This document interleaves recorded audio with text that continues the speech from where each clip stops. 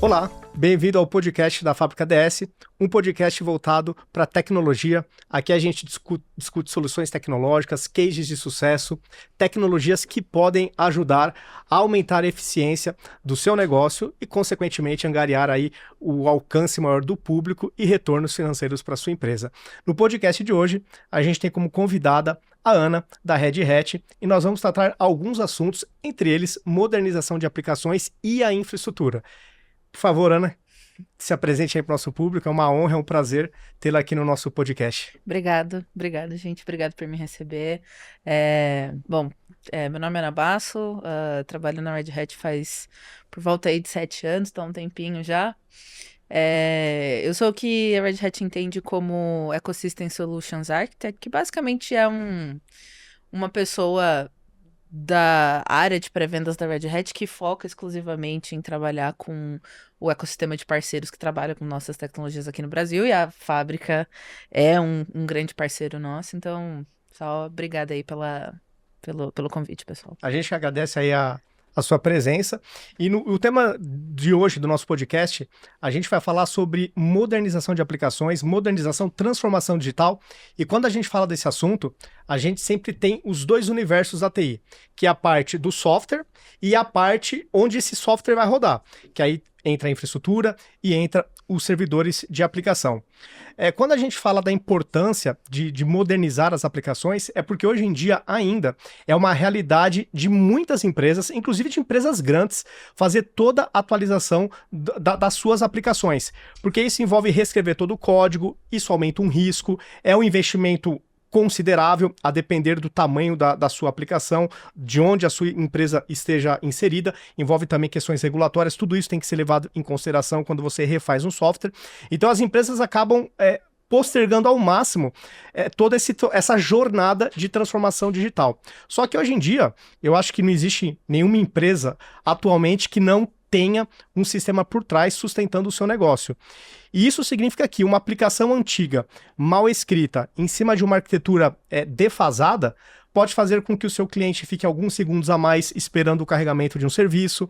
As pessoas hoje em dia, se ficar 10 segundos esperando, provavelmente ela vai para o concorrente. As pessoas estão cada vez mais ansiosas nesse sentido, porque a qualidade aumenta e você, enquanto usuário, fica mais exigente. Mas para que isso tudo seja uma realidade, as empresas têm que focar na parte da infraestrutura combinada com a transformação da aplicação. Então, no passado, não muito distante, e aliás até presente em diversas empresas, as aplicações eram escritas baseado no paradigma monolítico. O que significa isso? São aquelas aplicações onde, vamos pegar aqui uma aplicação que tenha 10 funcionalidades. No passado, essa aplicação era empacotada dentro de um único arquivo. Vamos supor que tivesse uma funcionalidade X específica que tivesse com algum bug na implementação, uma classe entrasse no loop infinito, de uma tela em específico. O que acontece nesse cenário? Vai cair toda a aplicação. Por quê? Aquela única aplicação no pacotão vai consumir todo o recurso de hardware daquele servidor de aplicação e vai cair o todo. Quando a gente fala de uma arquitetura moderna, robusta, que é o que a gente vai explorar aqui com a Ana, baseado no novo paradigma de microserviços, a arquitetura é totalmente diferente. O software é quebrado em pedacinhos. Então, nesse exemplo que eu dei de uma funcionalidade mal escrita, mal programada, o que aconteceria no novo cenário transformado é que apenas aquele código daquela funcionalidade ficaria fora. Todo o resto continua funcionando no ar. Então, uma arquitetura, além de ser fatiado o seu software, ela também é inteligente, porque ela passa a se autoescalar de uma maneira que as soluções antigas não faziam. Então isso aqui é só para dar um resumão, né, do que trata esse nosso assunto de transformação digital e o que está por trás dele. Legal. E assim, antes da gente entrar nessa sopa de letrinha, porque o Vini já se empolgou, já está falando um monte de coisa técnica, você que está assistindo aí, calma, né, nós vamos traduzir isso para o dia a dia, né? Traduzir isso para o retorno das empresas, para você que não é ali o expert nessa sopa de letrinhas, você também vai conseguir tirar proveito desse nosso bate-papo. A primeira coisa, Ana, que eu queria colocar aqui na mesa, assim, o nome, né? O nome Red Hat é um nome muito forte, mas ainda a gente escuta muito a Red Hat é o Linux. Red Hat é a tela preta. Então, quando a gente começa ali numa empresa que, né, que tem uma estrutura um pouco diferente desse mundo do open source, as pessoas pensam, Red Hat é só a tela preta, é só esse mundo preto, não tem o que possa me ajudar com usuários. É bem Então, comum. eu gostaria que você comentasse um pouco, né? Uhum. Até do que você tem visto aí, né? Se as pessoas ainda te perguntam isso, porque para mim ainda perguntam, ainda perguntam. Natural. Uhum. E como que você viu aí, né, o avanço da Red Hat nesses últimos anos, o que Uhum. ela tem colocado em pauta também? É uma boa, porque a Red Hat ela é uma empresa que sempre foi muito forte em infraestrutura, né? Nós nascemos do Linux, a gente nasceu do open source lá nos anos 90, bastante com a visão de que era necessário trazer o Linux para um contexto mais enterprise. É basicamente daí que nasce a Red Hat lá mais de 30 anos atrás. Então é natural que a base forte de quem conhece a gente por causa desse desenvolvimento de muitos anos de Linux, né? E dá para ver hoje, principalmente em como a Red Hat se posiciona junto ao que a gente consegue fazer no mercado de forma prática, assim, é que nós fomos evoluindo no mesmo ritmo que a TI foi evoluindo. Eu não sinto que a gente ficou atrasado nisso, sabe? Eu acho que o pessoal responsável por todo o nosso portfólio teve muito senso em olhar para as nossas tecnologias, que são tecnologias excelentes, que são tecnologias que trazem o open source para um contexto onde é seguro usar elas em produção, né? Então, eu sou uma empresa, eu quero ter uma flexibilidade, mas eu ainda quero ter um respaldo, eu ainda quero ter para quem correr se alguma coisa der errado, né? Então, a Red Hat ela é o caminho natural para isso, e os nossos produtos eles foram evoluindo para também serem mais flexíveis, né? Então, hoje, muita coisa que você consegue fazer com Red Hat não precisa de uma telinha preta, né? A gente tem muitas visibilidades, a gente tem muitas facilidades, várias características dos nossos produtos foram bastante simplificadas, justamente para a gente entrar nesse mundo hoje, que é um mundo feito de dashboard, né? Essa é a realidade. Em qualquer serviço que você vai consumir hoje, de qualquer vendor, seja ele com foco de infra ou qualquer outra coisa, você vai ter essa acessibilidade ali. Acho que é porque é um pouco do que se espera hoje, que seja fácil, né? Então, eu tô há 7 anos na Red Hat. A Red Hat tá muito mais anos que isso no mercado, né? Um pouquinho, Mas desde quando eu entrei até hoje, até assim, para mim, pessoalmente, que tô dentro da empresa, né, todos os dias estou em contato com isso, é clara a diferença, até mesmo da forma que nós, que somos responsáveis por levar essa mensagem para fora, a gente sente a diferença, facilidade de comunicar tecnicamente alguma coisa, facilidade de mostrar. Então, o portfólio ele mudou bastante nesse sentido, até porque o nosso objetivo, sobretudo, né, é conseguir levar o open source para a enterprise, mas também levar de uma forma simplificada, né, levar de uma forma que é consistente, mas que é responsável também, que traz um respaldo para o cliente, mas também não prende o cliente a nada, nem a nenhuma infraestrutura. Então, acho que a gente foi conseguindo se flexibilizar, assim, Sim, durante com esses certeza. anos com tudo isso, sabe? Legal, legal. E aí uma palavra que você comentou aí, né, open source, o pessoal também confunde bastante, né? O open source, então é free, é a comunidade. Conta É bem mais um comum, pouco, né? porque pra gente, eles também perguntam, né? Quem não Sim. conhece, às vezes fica ali, né? Mas, Sim. eu vou baixar lá, vou usar, É free. é free e não não tem garantia de nada, é por minha conta. Não, o open source, ele tem uma história muito legal. Se você pega para estudar da onde ele vem, as pessoas que eram envolvidas nisso e que são envolvidas até hoje, né? Que ainda, até hoje existe a Open Source Foundation, que é uma fundação que rege todos os princípios do que é um software open source de verdade. Mas, assim, simplificando muito, o open source ele tem a característica de trazer uma tecnologia para dentro da comunidade, para dentro de um grupo de pessoas que muitas vezes são entusiastas, não necessariamente trabalham com isso. A gente, claro, tem pessoas hoje que têm carreiras dedicadas ao open source. Mas tem muita gente dentro da comunidade que só gosta de estar presente, gosta de participar, gosta de participar dos eventos. Tem muito evento open source hoje em dia. Sim. E eu acho que, fundamentalmente, o que o open source ele traz para o mercado no geral, ele traz flexibilidade. Eu posso usar a ferramenta da forma que eu quiser.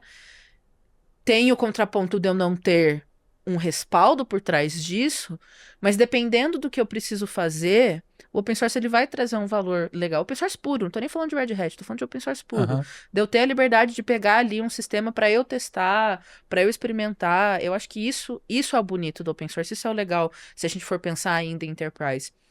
E isso facilitou o crescimento dessas Muito, tecnologias, com né? certeza. Porque Muito. para você experimentar um software que primeiro você precisa comprar um licenciamento É complicado, né? gigantesco. É complicado. Uma POC, às vezes, ela tem um escopo muito limitado, né? Sim, sim. Então, eu vejo o open source como essa possibilidade de você experimentar alguns caminhos, ver que isso Um test realmente... drive, né? Faz um test total. drive de ver validação. que isso é realmente um caminho aceitável para a companhia. Sim, sim. E aí você fala, é isso, eu estou preparado. Sim.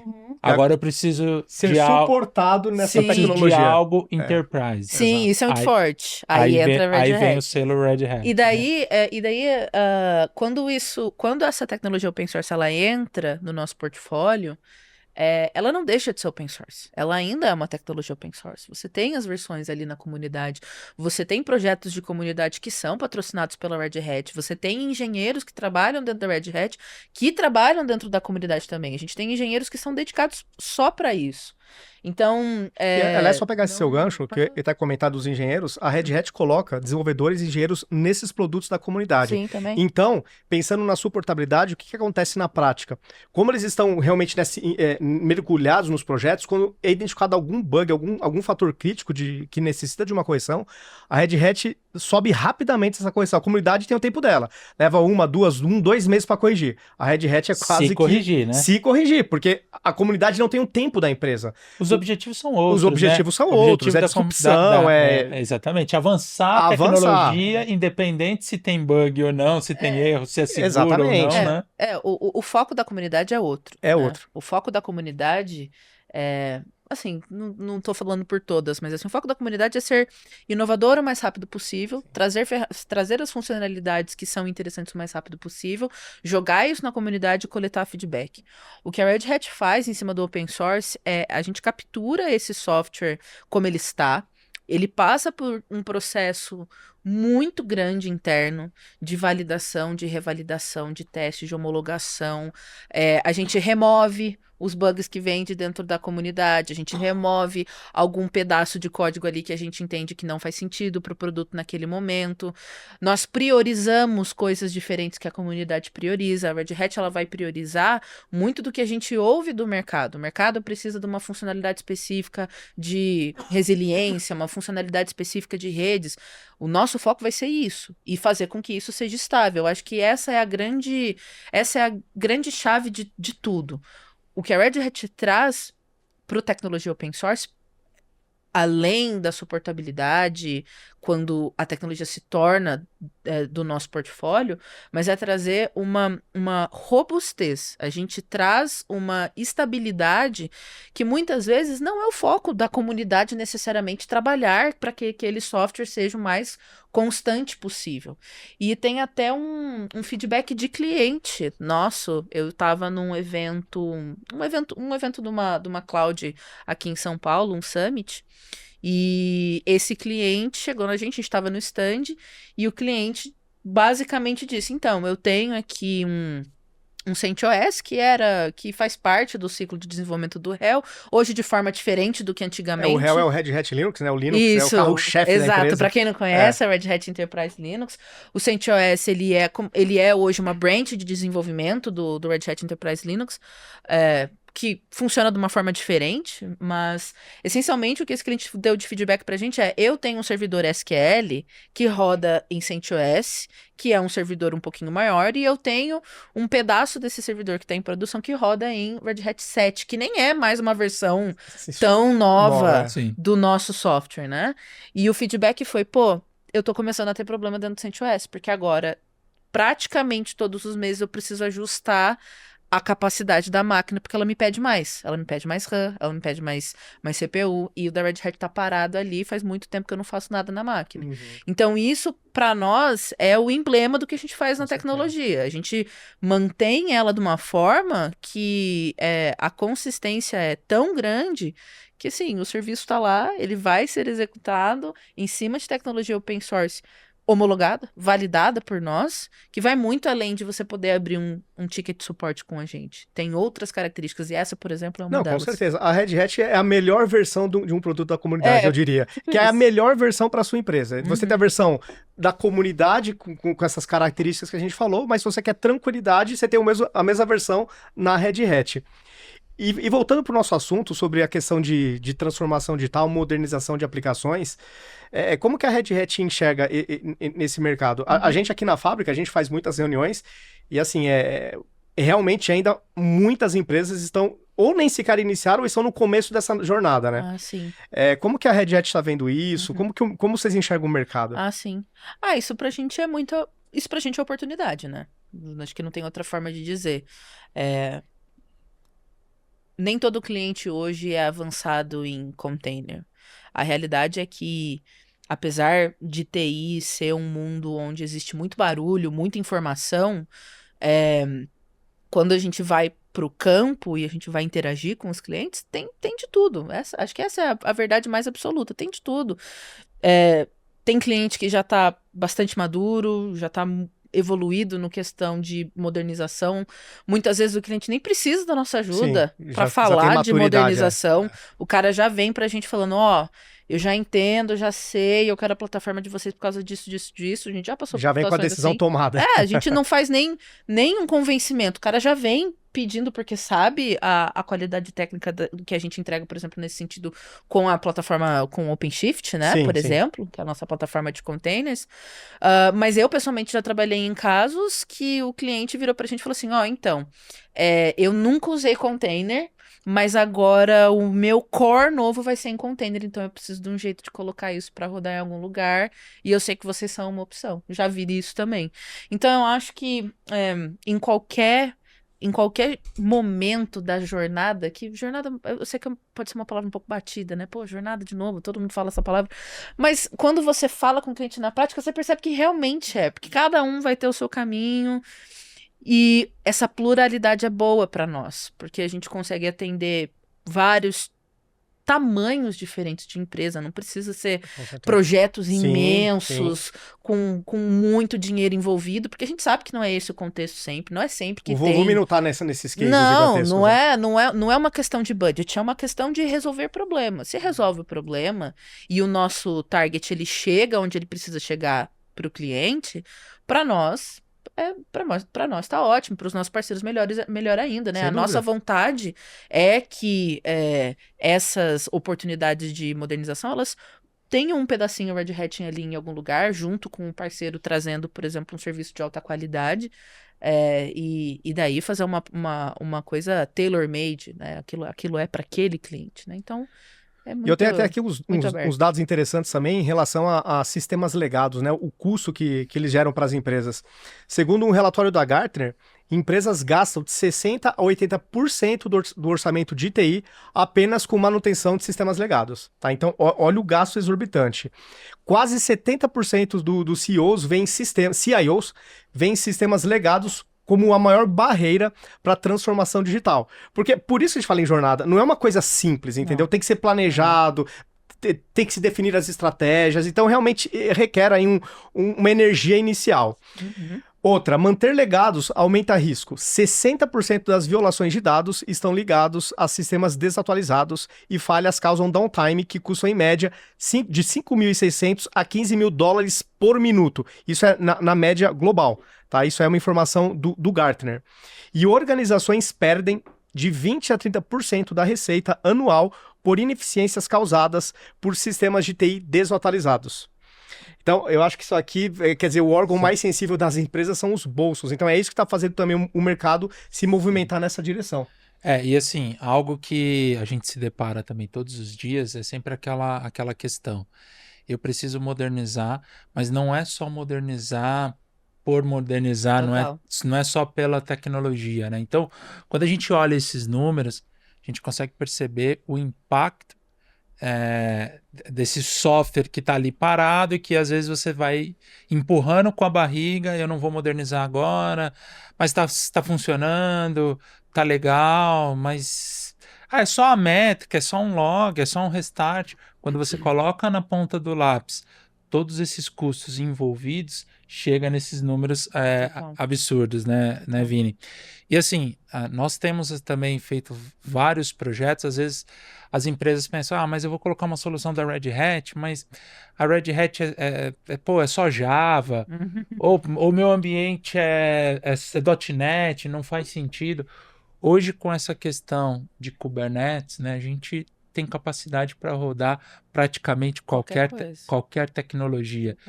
E o que a gente vê dentro dos ambientes das companhias eu tenho um servidor Microsoft para rodar o IS, para rodar aquela tecnologia. Aí eu tenho outro servidor para rodar o sistema PHP com servidor para PHP. Olha o custo envolvido, olha... e a dificuldade da manutenção também, sustentação desses ambientes. Sim, mas o sistema financeiro é só aquele time só sabe trabalhar com PHP. Isso tende muito, né? Então, assim, isso traz uma dificuldade, a gente sabe que tem todo esse contexto envolvido, mas tem caminhos, né? A Fábrica DS tem uma história de muitos projetos de modernização, então é um ponto assim, não tem saída? Tem caminhos que podem facilitar essa jornada. E o ponto principal que eu também vi muitos clientes, vamos dizer assim, desperdiçando o seu investimento traçar uma jornada sem um planejamento correto. E aí, quando você faz uma implantação para uma tecnologia como o OpenShift, de repente você fala, mas essa tecnologia não funciona. Funciona em todo lugar, mas menos ali... para você. menos ali. Né? Você já pegou algum caso desse também? Já peguei. Assim, nós somos uma empresa também que passa por suas dificuldades, né? Lógico que a gente já teve cliente que falou que o produto não funciona, que o OpenShift não funciona, que é tudo uma porcaria. Lógico que já, né? Porque... Na hora que o fogo tá aceso ali, né? Já. E eu acho que assim, acho que todo mundo já passou por isso. Sim. Todo mundo que vende tecnologia, já sendo vendor ou não, todo mundo já passou por isso, né? Porque a realidade é que quando a gente tá falando, a gente tá aqui, né, falando de jornada e de transformação digital, e é verdade, tem muita coisa técnica que entra nisso, né? Tem que ser viável tecnicamente, né? Ninguém vai sentar aqui e vai falar que vai, sei lá, reescrever um Oracle Forms. Ninguém vai fazer isso, né? Porque são casos e casos, aplicações, mas a gente acaba entrando num ponto, às vezes, muito pessoal da pessoa que está conversando com a gente dentro do cliente. Ela quer que a transformação aconteça, mas talvez tenha informações que não chegam até ela para ela parar, pra entender, realmente é diferente, mas tem um futuro que vai me trazer muito mais conforto do que eu tô sentindo agora, né? Então, é lógico que a gente já teve casos onde o OpenShift foi removido da infraestrutura do cliente, porque o cliente simplesmente não gostou do resultado que a plataforma ofereceu para ele. Mas é sempre esses cenários no qual a gente passa por isso, que são cenários extremamente raros, inclusive o churning da Red Hat é um churning muito, muito pequeno, né? Muito raro a gente receber vou tirar tudo aqui, até porque nós somos uma empresa que a gente está dentro das grandes plataformas. Missão crítica é onde a Red Hat existe, né? Então, em casos grandes que a gente tem com o cliente, por exemplo, que a gente sempre comenta um pouco, mas o caso do Pix, por exemplo, que é do Banco Central, do Bacen. A Red Hat ela faz parte do core do Pix. Então, nós estamos acostumados a estar nesses ambientes de alta pressão, de alta dificuldade, onde a gente precisa ter pessoas dedicadas àquela infraestrutura para fazer com que aquilo não pare, porque não pode parar, né? Se o Pix nos bancos em volta do Bacen não pode parar, imagina no Bacen em si, né? Que é quem processa tudo, né? E tudo é processado com tecnologia Red Hat, com o nosso MK Streams, que é a mensageria, né? O Toda vez Ansible tem. com o Ansible Automation para fazer automatização do ambiente todo. Então, nós estamos acostumados a estar em ambientes de alta pressão. Então, quando esse churning acontece, quando esse cancelamento, vamos dizer assim, do OpenShift acontece, existe muito a raiz de essa transformação digital, ela foi um pouco só no papel e não muito na execução. Na prática ali, né? A gente vê, eu já pessoalmente trabalhei em casos onde o conflito interno que a transformação criou foi tão grande que o processo foi cortado no meio. Que o cliente só virou pra gente e falou assim, ó, não tenho tempo para fazer isso mais, vamos parar por aqui, depois a gente continua. E a gente vê que não é conectado a nós, é conectado a um processo pessoal do cliente. Por isso que é tão importante, em qualquer caso que a gente está falando de tecnologia, eu preciso considerar as pessoas, eu preciso considerar o momento do cliente, eu preciso considerar budget, porque no fim das contas, o cliente pode ter budget, mas pode não ser o momento dele internamente. Sim. Politicamente, ele pode estar num embrólio ali que não tem nada a ver com a fábrica, que não tem nada a ver com o Red Hat, mas que pode impactar a nossa imagem de alguma forma, né? E então, é sempre respeitar muito isso. Não, e essa questão do turning que você comentou, do cancelamento, a gente na fábrica também tem a preocupação, e é por isso que a gente sempre fala em jornada.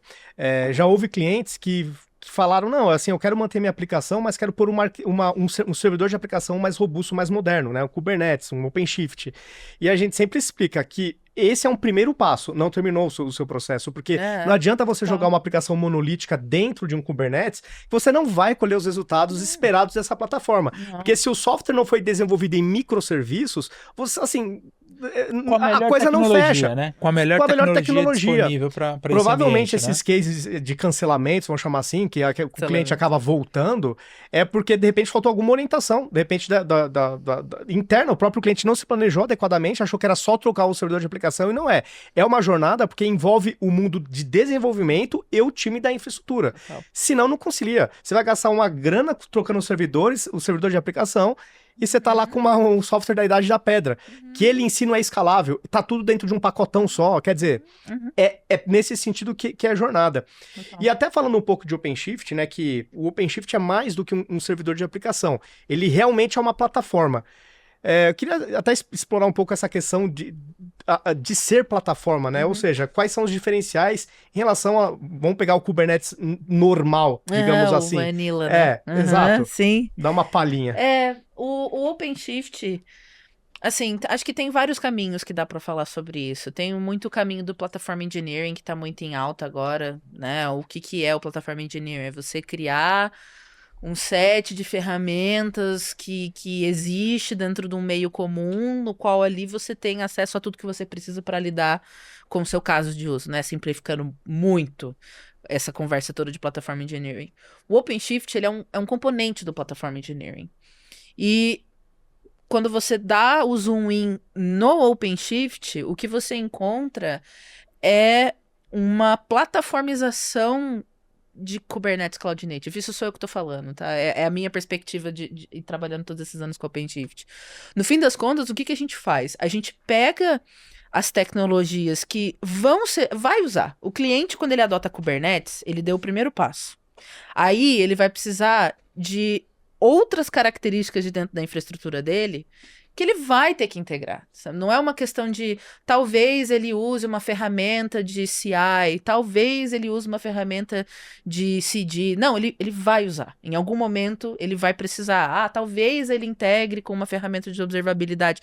Não, ele vai integrar. Certamente. Né? Não é opcional. Tem algumas coisas dentro da TI, e de novo, nem falando de Red Hat, tem algumas coisas dentro da TI que não é talvez eu tenha. Não, você vai ter. Você vai ter uma camada de storage, você vai ter algum backup em algum lugar, você vai ter um set de servidores, você vai ter alguns containerzinhos ali em algum lugar, você vai ter um Kubernetes, e esse Kubernetes ele vai pedir observabilidade, ele vai pedir log, ele vai pedir um lugar para guardar as aplicações, ele vai pedir automação, ele vai pedir self-service, ele vai pedir integração com outras ferramentas externas. Storage, enfim. Tudo, né? Vai pedir. E o que o OpenShift faz é abstrair toda essa dificuldade que é integrar. Ele encapsula, literalmente. E transforma isso numa plataforma. Então, por que OpenShift não é comparado com Kubernetes? Porque você não está comparando a mesma coisa. Exato. Ele vai além do Kubernetes. O Kubernetes é um pedaço do OpenShift. O Kubernetes é um pedaço do OpenShift. Ele é a base. Por quê? Porque o que a Red Hat criou com o OpenShift não foi algo para ir em competição com o Kubernetes. A gente não criou o OpenShift para reinventar a roda ou mudar o padrão de mercado. Não é isso que a gente está fazendo. A gente faz o contrário, na verdade. A gente pega o excelente projeto da Google, que é o Kubernetes, que a gente entende que tem muito valor, que já é o padrão de mercado mesmo, todo mundo já vai usar em alguma forma. Pode não ser nosso, pode ser de qualquer cloud. O fato é que o Kubernetes vai ser usado. E a gente abraçou o projeto da mesma forma que a gente abraçou vários outros projetos ao longo dos anos, o projeto do JBoss, por exemplo, né, que foi totalmente abraçado pela Red Hat e tá na nossa veia até hoje, e a gente construiu isso, de novo, se eu fosse uma empresa, quais facilidades eu queria que o Kubernetes tivesse? E foi assim que a gente construiu o OpenShift, com tudo integrado. Então, é uma plataforma que hoje, com a acessibilidade das clouds, com a acessibilidade tecnológica que a gente criou, em poucos momentos ali você consegue subir um cluster OpenShift e com 5 minutos você consegue subir uma aplicação. E eu tô falando isso da câmera porque é verdade. Se você sobe o OpenShift para colocar uma aplicação, um modelinho ali de container para rodar, em pouquíssimo tempo você vai conseguir fazer isso. Porque você não precisa configurar todo o ecossistema que tem em volta do Kubernetes. Já está pronto. Cada linha de comando, cada arquivo, cada não pedacinho, precisa. Exato. tudo isso vem encapsulado. Tudo isso vem encapsulado. E é isso, né? Exato. E é isso que a gente quer dizer com abstração. O que eu estou falando para o cliente é: cliente, foca no que é importante para você. Você não quer rodar sua aplicação com essas réplicas, com essa intensidade. Beleza, foca nisso. Todo o serviço de infraestrutura a gente já montou. Se você quiser uma coisa diferente, a gente tem como configurar, né? A fábrica pode ajudar a configurar também. Mas já tá lá, entendeu? Já tem um monte de facilidade, até mesmo para entrega. Então, o OpenShift, ele transforma o mundo do Kubernetes numa coisa um pouco mais simples. Porque o mundo do Kubernetes não é simples. Tem uma infinidade de a tal da coisas, roupagem Enterprise também, né? A roupagem Quer dizer, Enterprise. o Red Hat não pega só o produto da comunidade. Ele pega, melhora e deixa mais simples a sua utilização. Sim. Olhando essas necessidades do dia a dia, né? Exato. E algo que eu acho muito bacana e que os clientes também valorizam muito dentro desse ecossistema, não são só features que eu vou precisar dentro dessa plataforma. Eu vou precisar me conectar com diversas tecnologias. Sim, sobretudo. E aí, quando você tem uma Red Hat homologando essa solução com outros parceiros, eu tenho dentro da plataforma uma imagem do produto X, eu tenho uma imagem do produto Y, eu tenho essa feature integrada. Isso traz uma tranquilidade para o ambiente de TI que a gente sabe que é muito complexo. Você tem o Firewall, tem as integrações, tem dezenas de produtos de mercado que precisam se comunicar de forma estável. E essa plataforma traz essa segurança. Você vai rodar o seu código, mas você vai rodar as outras aplicações de terceiro, outras features dentro dessa plataforma com as integrações homologadas. Né? Isso é algo muito fantástico que traz para o CIO que está olhando para esses números de sistema legado. Quando você está numa plataforma robusta como o OpenShift, você está olhando o ecossistema da sua empresa inteira. Sim. Eu tenho rede, eu tenho firewall, eu tenho integração, eu tenho um banco de dados. E a Red Hat tem essas parcerias que traz essa homologação, né, de vários players. Algo bem legal que eu vejo também. A gente foca nisso, né? O nosso foco é o ecossistema. O que é importante para nós é que a gente consiga ser aderente a essas tecnologias que os clientes já usam. Então, justamente por nós estarmos aí nessa camada tão crítica, na maioria das vezes, é muito importante para nós que a gente se integre com um Cisco da vida, com um F5, com um Grafana, com um Instana, com um Zabbix, né? Porque são essas integrações que fazem a tecnologia, fazem a ferramenta ficar tailor-made, né? É lógico que você não precisa de nada disso. Se você quiser monitorar o OpenShift, já tem lá pronta a stack do Grafana para você monitorar. É incluso, sabe? Você não mexe um dedo para arrumar isso. Mas cada um gosta do seu sabor, né? Mas cada um gosta do seu sabor, né? Então, o que a gente faz? A gente parceriza com esses ASVs, Eles desenvolvem a tecnologia deles para ser homologada na nossa também, então existe essa troca. A gente tem essa troca com Datadog, a gente tem essa troca com ServiceNow, a gente tem essa troca com a Cisco, com a IBM, todos os players que quando a gente bate na porta do cliente, são usados, a maioria deles já são usados, né? Então não é comum um cliente questionar a gente, pô, mas eu já tenho toda uma estrutura de Grafana aqui, eu quero poder monitorar o OpenShift nessa mesma dashboard que eu tenho. Tudo bem, tranquilo, tem o conector, você vai conseguir fazer. Acho que isso é um pouco. Isso volta um pouco naquele assunto de ser open source. O open source ele traz essa flexibilidade. É lógico, passa pela nossa validação? Claro que passa, mas qualquer empresa pode se propor a desenvolver uma integração para o OpenShift e colocar no nosso ecossistema. Então, essa é a abertura que a gente dá. Sim, não, legal. E outro ponto que eu acho bem bacana, falando aí do OpenShift, nós estamos num momento aí onde a infraestrutura, os custos estão Galopantes.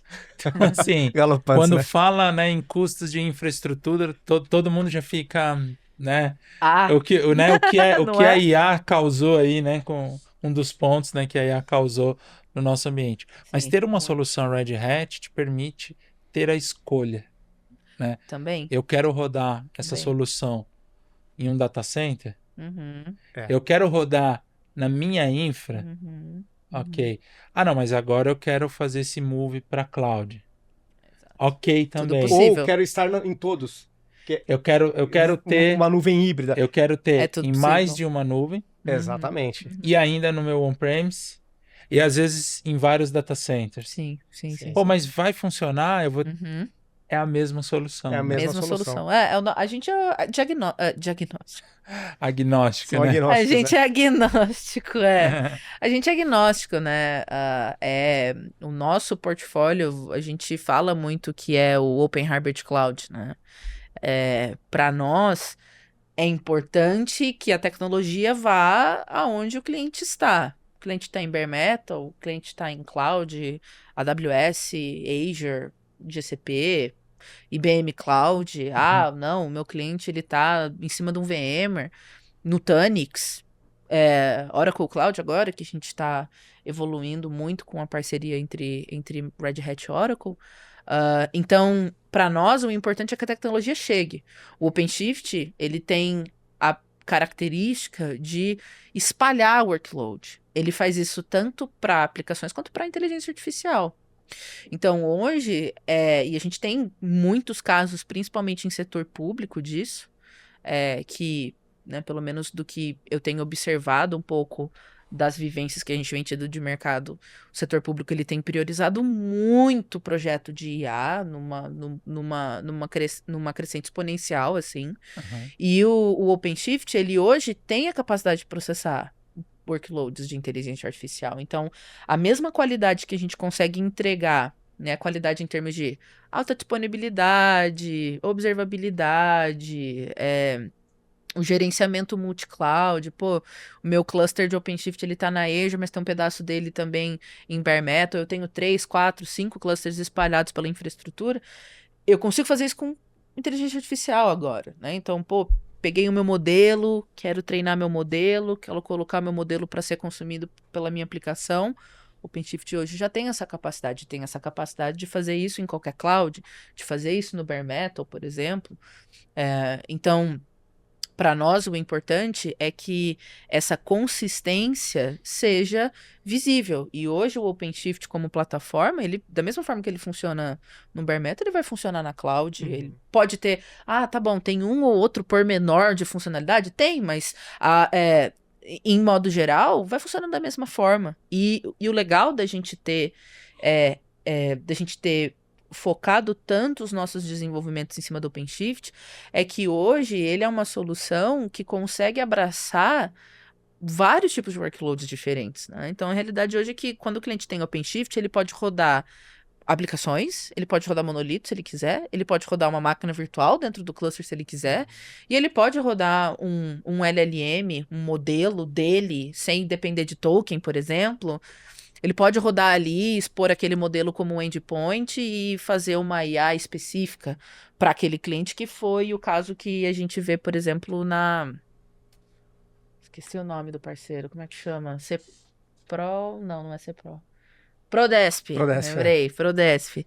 Eu gosto do caso da Prodesp, eu sei que é um caso bastante falado, mas eu gosto da explicação desse caso, em termos de inteligência artificial, porque o que nós queremos nesse sentido é que o cliente ele perceba que ele pode criar a IA dele. Que o que nós entregamos... É a infra para aquela IA, né? Vocês estão entregando a infra. Exato. O que a gente entrega com o OpenShift AI não é uma caixa preta fechada com a IA pronta, o cliente vai lá, pega a API e começa a usar. Não é isso que a gente traz, porque para nós não é assim que tem que ser. Para nós, o cliente ele tem que pegar dados corporativos, ou seja, coisas que são relevantes para aquele cliente. Então, o caso da Prodesp ele é emblemático porque a Prodesp foi lá e criou uma inteligência artificial para interpretar diário oficial. Que é uma coisa que se você levar para um banco, não traz resultado. Não traz resultado nenhum, não faz diferença nenhuma para o banco ter um modelo que sabe ler diário oficial, mas faz toda a diferença para um banco se ele tiver um modelo dele que sabe fazer análise de crédito, por exemplo, baseado nos dados daquela instituição financeira. Então é isso que a gente quer. A gente quer que existam esses modelos que não são LLMs massivos, que são LLMs menores, SLMs. Né? Especializados para cada um dos assuntos. Exato, né? Porque daí você pode ter pequenos modelos que fazem coisas diferentes e a nossa tecnologia dá até a possibilidade de você expor todos esses modelos através de uma única API. E a nossa tecnologia fala, putz, esse cliente está perguntando, vamos dizer que é de um financeiro, essa IA. Putz, esse cliente está perguntando uma análise financeira. Vou apontar aqui para o Mistral. Não, esse cliente agora está perguntando sobre financiamento de carro. A gente tem um outro aqui, um DeepSeek, tô dando exemplo, tá? Que consegue processar isso. Então é isso que a gente busca. O que você está falando, basicamente, é o que o OpenShift faz com as aplicações. Ele faz com a IA. Ele faz com a IA, em termos de orquestração e distribuição de recursos, né? Até para quem está assistindo, basicamente o que a Ana falou é o seguinte, vamos supor, você tem uma aplicação super pesada, super robusta, que demanda muito recurso computacional. E você tem uma infra hoje que é híbrida. Você tem uma parte on-premise, uma parte, de repente, na AWS e outra parte na Azure. O que a plataforma vai fazer, entre aspas, de graça para sua aplicação, de forma transparente? Vamos supor, no estado normal de consumo, você tem lá 60% da sua aplicação on-premise, sei lá, 20% na AWS e 20% na Azure. Aí vamos supor, por exemplo, Black Friday, vou pegar exemplo de Black Friday, que no curto intervalo de tempo você tem uma explosão de acessos concorrentes. O que o OpenShift faria automaticamente? E a sua aplicação nem ficaria sabendo. Se ele identifica que no seu on-premise já está no talo, já está no limite, ele já começa a criar réplicas da sua aplicação no AWS. O AWS chegou no limite, agora vai criando réplicas na Azure. E ele vai utilizando toda a sua infraestrutura de forma balanceada e totalmente transparente para a aplicação. Então, olha a tranquilidade que a sua empresa tem nesse sentido. O operacional está só assistindo. Algo que muitas empresas ainda fazem de forma manual. Manual, total. Monitorando com máquinas virtuais, né? Então, tem uma máquina virtual, vamos subir uma nova máquina virtual, vamos escalar os recursos daquela máquina virtual. Exato. O OpenShift faz isso de forma automática. Sim. E eu já vi. E assim... E assim, de forma inteligente. Terminou o momento de pico, ele vai devolvendo o recurso computacional, deixa a sua AWS desocupada, a Azure desocupada e fica só no on-premise. Então você vai definir estratégias também de consumo. Sim. E assim, eu acho que é aí que entra um pouco da atuação da parceria do ecossistema da Red Hat. Porque eu já ouvi histórias, eu pessoalmente fui nesse cliente, eu já vi histórias de o cliente usava o OpenShift. Ótimo, maravilhoso. E ele usava qualquer arquitetura. Não quero entrar muito no técnico, mas é só pra pegar o gancho do que vocês estão falando. O OpenShift, basicamente, ele vai ter uma arquitetura 3 e 3. Então, vai ser 3 masters ali que vão administrar a arquitetura e 3 workers que é onde vai rodar as aplicações mesmo, né? Cada cliente vai ter o seu tamanho de cluster. Isso é inegociável. Cada cliente faz do jeito que acha melhor ali. Mas a gente tem umas boas práticas. Uma dessas boas práticas é justamente o que vocês estão citando. Configura o cluster para ele ser elástico de forma proativa. Teve um incidente ali de pico, eu vou configurar ele para aumentar o recurso, mas eu até posso limitar. Você vai aumentar, mas você não vai... Não vai até a lua, você faz a geração, depois... Você vai só até aqui. Você faz a gestão de custo, por exemplo, né? Nessa infra é mais caro, aqui tende a pôr até o talo. Assim, que é mais barato, consome até o... Exato. E daí, quando que entra esse meu comentário, né? Eu já vi cliente rodando o cluster de OpenShift com 40 workers. Um cluster virtualizado com 40 workers. Não é que não justifica. Muitas vezes pode justificar, mas para o case desse cliente, se ele trabalhasse com a expertise de saber que ele tem uma elasticidade que ele não precisaria ficar com os 40 workers ligados 100% do tempo. E é aí Porque que está na entra... cloud e tá rasgando dinheiro. É né? aí que entra a atuação do nosso ecossistema, que é por isso que a gente prioriza tanto essas relações, porque muitas vezes essa é uma orientação que, pô, na hora do projeto em si, a gente dá, mas o projeto nasce ali com 8 nós e beleza. Passa um ano e o cliente está nesse estado. Não é culpa do cliente necessariamente, e às vezes a gente não consegue ter essa profundidade, porque, pô, preciso E às vezes resolver o negócio aqui, muda nasce um também, worker né? novo, É. preciso resolver.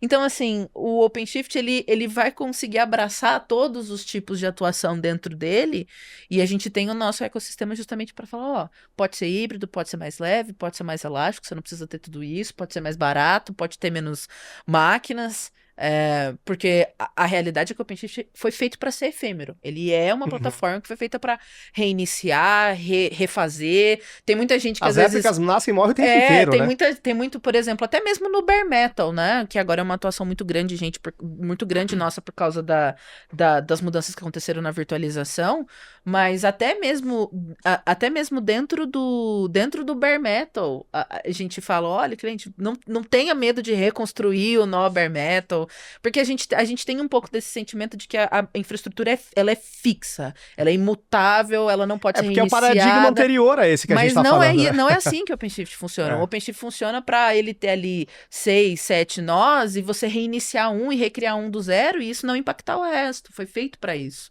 E a questão da resiliência também, acho que é importante, Isso é comentar para importante. quem não tá acostumado, né, com esse tipo de tecnologia. Você tem um cluster lá com, sei lá, 5 máquinas, vai. Uhum.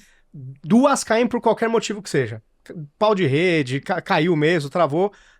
Tudo fica no ar, né? Uhum, fica. Assim, essa questão da resiliência também é uma coisa de uma arquitetura baseada em Kubernetes, por exemplo. Por exemplo. Que nos sistemas legados inexiste. Caiu. Sim, sim. Mas por isso que você também tem que seguir alguns padrões. Sim. Total. Esse é um ponto importante e que eu sempre reforço isso quando nós estamos conversando com os clientes. Você tem uma Ferrari na mão, mas você precisa ter alguns procedimentos e Sim, colocar total. um time especializado para tocar dentro desse ambiente. Senão, essa Ferrari não vai andar. Não, sem dúvida. Essa Ferrari Sem não vai dúvida. andar. Então não adianta você ter a melhor tecnologia, mas também não saber usar. E esse é um ponto legal, né? Quando a gente falou de open source, falou de história, mas assim, trazendo para o mundo enterprise, eu estou com uma solução Red Hat, que eu tenho um ecossistema de parceiros certificados que tem a capacidade de apoiar com essa expertise em diversos projetos. Eu tenho como capacitar o time do cliente com treinamentos presenciais, treinamentos online, todo tipo de capacitação para que esse time realmente tenha um conhecimento ali aprofundado sobre a tecnologia e conseguir administrar esse ambiente a 4 mãos entre empresa, parceiro e fabricante também, né? Em alguns momentos, tirando dúvidas, acionando alguma coisa. Então, traz aí para a empresa essa segurança, né? Não é só a tecnologia, é esse ecossistema que às vezes alguns clientes perguntam, mas essa licença, né? Que é o que todo mundo está acostumado a falar, mas essa licença que... Então, é todo esse ecossistema e toda essa possibilidade que você tem para quem ligar, tem quem te suportar, quem te acompanhar, tem como trazer case, tem como trazer história, tem como trazer uma série de informações. Sim. Um ponto, Ana, que você tocou e que também nós estamos num momento sensível, né? Você falou sobre virtualização. Sim. Que são 2 temas que eu vejo aí, né? 3, na verdade. IA, tudo fala sobre IA. Sim. Aumento do custo de infraestrutura, que está relacionado com IA. E o problema de virtualização, né? Que quem está no mercado tem acompanhado a dificuldade com virtualização também. Né? A escalada de preços, né? Escalada de preço, insegurança do mercado sobre o futuro da virtualização. E a Red Hat, né, já está aí há muitos anos também fazendo virtualização, mas agora, né, nós estamos falando cada vez mais de virtualização dentro do OpenShift, que é o carro-chefe, vamos dizer assim. O OpenShift hoje é o símbolo, vamos dizer assim, mais conhecido, né? O OpenShift Virtualization. E aí entra esse tema do virtualization. Conta pra gente, É. o que você tem visto no mercado, como é que tá esse momento de virtualização dentro da Red Hat? Uma coisa que eu gosto sempre de contextualizar quando eu tenho a oportunidade de falar em clientes, palestras, enfim, eventos e tal, é que assim, a gente sabe do que a gente tá falando. A gente tá falando da compra da VMware. Todo mundo sabe. Todo mundo sabe esse contexto. Sim. Mas uma coisa que talvez as pessoas não param pra pensar. Essa compra aconteceu em 2022. Faz bastante tempo já. Em termos de TI, o que faz quase 5 anos. Eternidade, né? Em termos de TI, isso é uma eternidade. 5 anos para TI é décadas, né? É o que eu sempre brinco. Há pouco tempo atrás a gente estava falando que a IoT era o futuro. Tem alguém falando toda hora de IoT hoje em dia? Todo mundo sabe que não. Faz parte, ainda é relevante, mas não é o hype que era 10 anos atrás. 10 não, uns 5, 6 anos atrás, né? Então são ondas, e eu relembro essa data de 2022 porque só mostra o quão o impacto ele reverbera.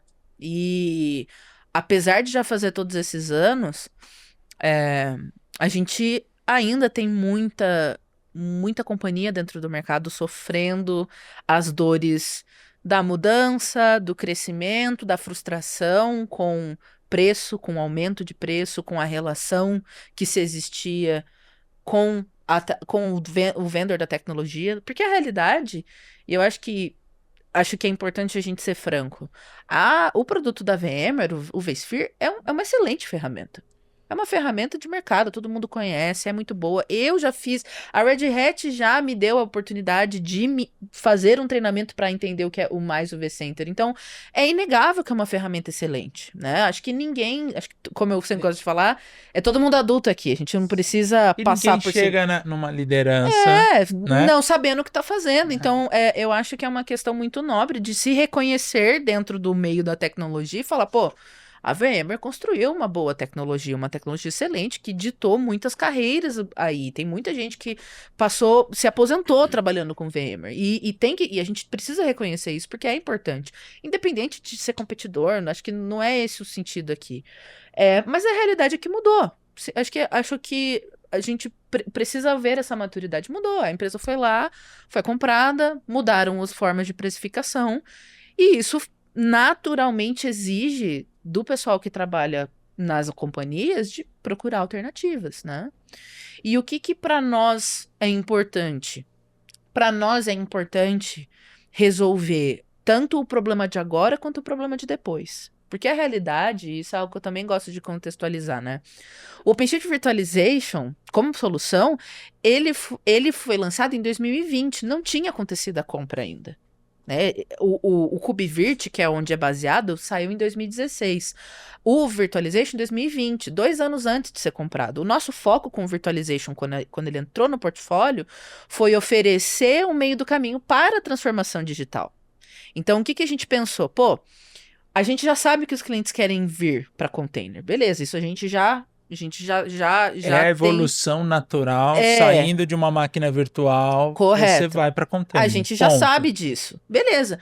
Mas a gente sabe que tem coisa dentro de VM que não dá para reescrever. Ou que o cliente vai virar pra gente e falar assim, não dá para eu reescrever isso do zero. Eu não tenho dinheiro, e não tem como justificar esse dinheiro para reescrever. Sim, e tem casos, a gente já atendeu o cliente e falou assim, eu nem tenho mais o código. Exato, tá lá rodando e eu não vou nem parar o serviço. Mas eu não tenho nem o código, eu não sei, já passou. Exato. Então, assim, não é só vamos modernizar. Tem um monte de coisa que não dá para ser modernizada. Vamos deixar tudo numa plataforma. Acho que o racional de vocês foi isso, né? Kubernetes, IA, VM, tudo Então vamos pegar essa VM zona aí que o cliente tem e que não dá para modernizar e vamos colocar ela para rodar no mesmo ambiente do container. Aí o cliente pelo menos vai poder, a partir daquele ponto, só trabalhar com container. Sim, e ele vai lentamente aposentando, medida do possível, vai aposentando esse monolito. Era isso que o OpenShift Virtualization focava em quando ele foi né, colocado no nosso portfólio em 2020. Só que quando aconteceu essa compra, isso também causou um impacto em como que a gente via o virtualization. Né? E isso mudou porque a gente pilar agora, porque a gente pensou, pô, tá bom, agora o cliente ele não está focando nisso, ele está focando em procurar uma alternativa para o que ele tem hoje. Então, a gente precisa preparar o nosso produto para essa alternativa. Então, essa mudança mercadológica, ela foi impactante até para nós, porque isso mudou o rumo de como a gente desenvolve virtualization, coisas que a gente ia priorizar, a forma com a qual a gente ia levar isso para o mercado. E hoje o virtualization é um produto maduro, é um produto que já passou por muitos anos de desenvolvimento, é um produto que já tem os seus casos de uso aí por fora, a gente tem casos de uso internacional com instituições financeiras, a gente tem caso de uso nacional também com instituição financeira, também com indústrias petroquímicas. Por quê? Porque já existe uma robustez na solução que a gente consegue trazer esse cliente VMware, vamos dizer assim, mas eu não queria colocar dessa forma. Porque eu penso que o cliente é o cliente, é a pessoa lá. Essa pessoa está tendo que resolver um problema de custo, né? Então a gente consegue trazer essa pessoa que precisa resolver esse problema de custo. E com uma plataforma compatível. E com uma em termos de plataforma recursos, compatível, né? E robustez. sempre pensando no futuro. O OpenShift, ele, fundamentalmente, é uma plataforma de containers. Então, é claro que nos projetos que a gente fala de virtualização, a gente fala, cliente, tem alguma coisa dentro dessas VMs que poderia ser container? Tem como a gente, talvez, diminuir a quantidade de VMs que você tem, migrar as VMs que não podem ser mudadas e talvez transformar um pouco desse workload em container? Por que não? A plataforma vai aceitar. E vai utilizar é o mesmo menos lugar. recurso do seu cluster, vai inclusive. utilizar menos recurso, vai economizar. Pô, uma infraestrutura de 1000 VMs pode se tornar uma infraestrutura de 700 VMs, 600 VMs. Sim. Jogando número E considerando aqui. hoje que custo é um dos fatores e hardware está muito caro, Exato. cloud está muito caro, é um outro apelo importante. Exato. Então para nós, é isso que é realmente importante. A gente quer endereçar o custo, que a gente consegue fazer, porque a gente modelou ofertas do produto para que fosse mais barato, para chegar mais próximo do target que a gente sabe que é necessário, porque a gente sabe que no fim das contas, é o que você falou, o órgão mais sensível é o bolso. Então precisa ser relativamente barato, precisa chegar num patamar onde isso faz sentido, mas é sempre importante pensar no próximo passo, porque a realidade é que, assim, e talvez seja até difícil pra gente ver como pessoas que trabalham em TI. Tudo bem, agora o problema é esse, mas daqui a um tempo não vai mais ser problema. Daqui uns 3, 4, 5 anos, esse problema da virtualização pode não ser tão mais relevante. Pode voltar a ser relevante ter que migrar aplicações exclusivamente, né? A TI, ela faz isso com o mercado. Ela vai, ela volta, agora esse tema da virtualização é relevante. Então, não, tem que resolver isso o mais rápido possível. Tá bom, mas eu acho que é saudável resolver isso pensando no depois. Porque o que a gente também vê é resolver agora, a qualquer custo, de qualquer forma, de qualquer jeito, porque eu não posso ter mais esse custo. Tá bom, mas e o depois? O que você vai fazer depois com essa infraestrutura? O que vai vir depois? E o dia seguinte. E o dia seguinte que você resolver esse seu problema de custo? Qual outro, que é o famoso Shadow IT? Qual outro custo vai nascer por esse corte? Porque vai nascer algum custo, seja operacional, seja você ter que contratar mais gente, seja você ter que contratar uma pessoa que é um pouco mais cara por causa do conhecimento. A gente não sabe. Então, tem são esses dois lados. A gente trouxe o produto para um patamar onde ele precisava estar por causa do que aconteceu com o mercado, mas a gente também precisa olhar para o que vem depois disso. Porque depois, tá bom, tá instalado lá no cliente OpenShift rodando VMs, ok, mas tem outros problemas também para serem endereçados. E muitas vezes o OpenShift consegue, né, juntar isso, que é o que a gente vem falando muito, né? Com certeza. E isso é mais um exemplo, né, dessa nomenclatura de plataforma, né? Então, eu tô falando exatamente. aplicações, containers, aplicações terceiras dentro dessa mesma plataforma, virtualização, IA. Então, são várias demandas sendo resolvidas dentro da mesma plataforma. E aí eu queria comentar mais uma solução que roda também dentro dessa plataforma, talvez seja um pouco menos conhecida, né? Mas quando a gente fala de autenticação, sim, que está muito ligado com essas aplicações, né? Que é o RHBK, né? A gente chama ali pela sigla, né? Que é o Red Hat Build of Keycloak, né? Que é a solução de autenticação da Red Hat e que muitas pessoas não sabiam ou não conhecem, nunca ouviram falar, né? Aquela história da telinha preta, mas aqui a Red Hat tem uma solução de autenticação e que está preparada para rodar dentro do OpenShift, mas também dentro de qualquer nuvem, Sim, ambiente de sim, Kubernetes, sim, né? sim. Que é o Total. padrão, né? O RHBK, ele é um caso interessante porque ele vem incluso no OpenShift, né? Quando você compra o OpenShift, você tem o direito de usar o RHBK, até porque a gente entende que, pô, você tava comprando OpenShift, então você vai precisar de uma solução ali para você separar os logins, por exemplo, né? Que é fundamentalmente o que o RHBK faz, né? E hoje, pouca gente sabe que todo mundo tem login no RHBK da Red Hat, que é Sim. o caso do GovBR, por Exato. exemplo, né? Sim. Então, assim, você que tá assistindo, você usa RHBK, você pode não saber, mas você usa porque você é obrigado a ter uma conta do GovBR, que nem E isso, todo mundo que mora no Sim, Brasil. claro. sim. Isso mostra a robustez dos produtos Red É. Hat. O GovBR é o que? Acho que é 1.800 a 2.200 logins por segundo. É Por tipo segundo, isso. tá? É tipo Então, isso. assim, é extremamente robusto. É robusto, é robusto. E assim, não tem nada a ver com a telinha preta, não tem Não. nada a É. ver, neste caso, com a Não, é infraestrutura, líder puro. mas estamos entregando ali algo que as pessoas estão vendo na ponta, né? É. E é uma solução muito robusta, acho que o maior case aí, O maior O case é do GovBR GovBR. disparado, né? basicamente, é. aí metade da população tem acesso ali no GovBR, e Sim. cada vez mais esse ambiente só vai crescer, né? Porque a Sim. gente vê o governo incentivando o uso do GovBR para todos os serviços, Sim, né? sim, sim, Sim. sim. Com Começa ali certeza. as prefeituras fazendo adesão, Uhum. entidades governamentais fazendo adesão. Sim.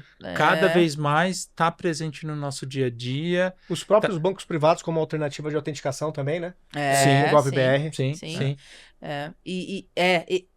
É muito legal ver o quanto o governo brasileiro investe em tecnologia, porque independente de tudo, nós somos cidadãos que precisam a gente precisa consumir alguns serviços do governo, né? Que não tem como se livrar. E o GovBR, ele é uma forma que foi encontrada pelo governo de praticamente criar um barramento de identidade. Verdade.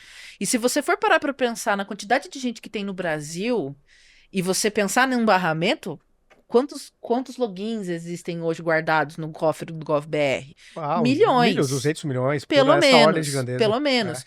E a realidade é que isso faz muita diferença na nossa vida. Vou contar um caso rápido. Eu fui fazer check-in num hotel e aparentemente agora tem como você fazer check-in pelo GovBR.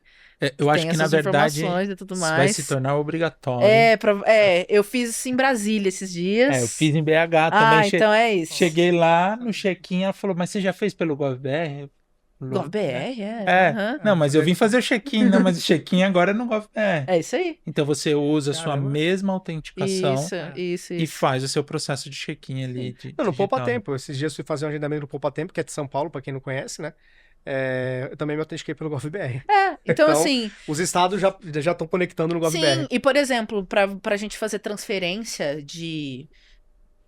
do Detran, né? Quem gosta de fazer transferência aí no Detran, Ninguém gosta. Ninguém gosta. Mas, pegar uma filinha. Pegar uma filinha, sentar, tomar um chazinho de cadeira. Mas hoje você consegue fazer transferência do seu carro De forma online.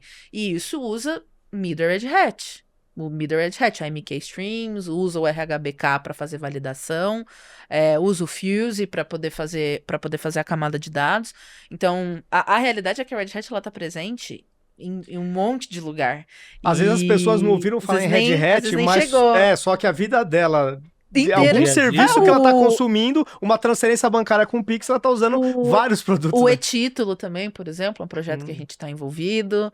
A gente também está envolvido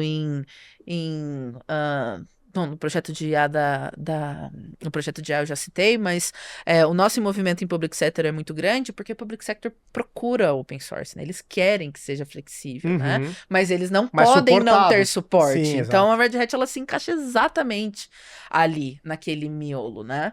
E o caso do GovBR, eu particularmente gosto muito desse caso, porque ele é de uma abrangência muito grande.